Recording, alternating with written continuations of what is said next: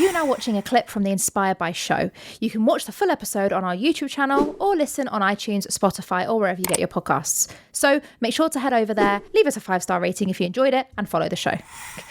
What made you want to publish with us as a hybrid publisher instead of, say, self-publishing? Well, I knew I wanted to pay somebody to do it because, one, I didn't know how to, but two, I didn't really have the inclination to want to go and learn. I was setting up my own business and I was very, very busy. So I didn't want to spend that time learning how to do it. A friend of mine offered to do it for about £1,500 because he'd published his own book. They're a mutual mentor of ours, published through a different agency. I approached them and I knew that you did it, so I approached you. You're actually the most expensive out of the 3 people that I spoke to. But what I liked about it was the removal of the limitations that other people had. It was I think I'd actually crossed the threshold, a word count threshold for the other place, and that would have then put them more expensive. And there were just a lot of complications. And what I wanted was for somebody to tell me what they're going to do for me and how much. And that's what I got. And that's exactly what I was looking for. And I think it goes lovely into that understanding just what people need. What I needed was how much I needed to pay and what I needed to do. That's it. With the other people, there were just too many questions.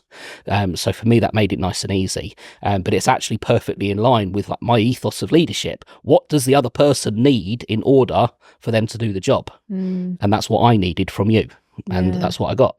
Oh, fantastic. Yeah. Well, thank you very much. I appreciate that. I always love when people say, oh, you're the most expensive, because I always feel like expense and value comes hand in hand, right? Yeah, it absolutely does. And I remember when we first started, people were like, oh, that's quite pricey. But I think if you get the value and you get the outcome, I mean, who knows what may have happened if you'd published elsewhere, but, becoming a #1 best-selling author is not bad. It's not a bad achievement.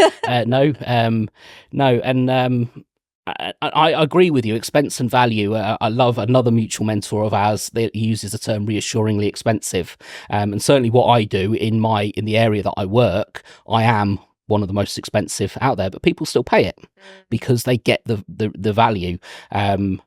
So yes, I could have gone to somebody else and then I could have crossed the threshold, which would have put the price up possibly to above what you would have paid. But then that kind of has me thinking, well, do I need to say that? Do I take things out in order to keep below a certain threshold?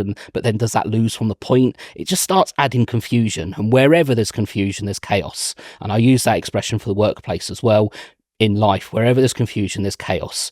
And just having that straightforward, doesn't matter how many images, doesn't matter what the word count is, this, and this, go do that. Nice and easy. Yeah. And it was well worth the investment. Oh, thank you so much. I mean, I'm not taking credit for that. That was the team, 100%. They were amazing. Yeah.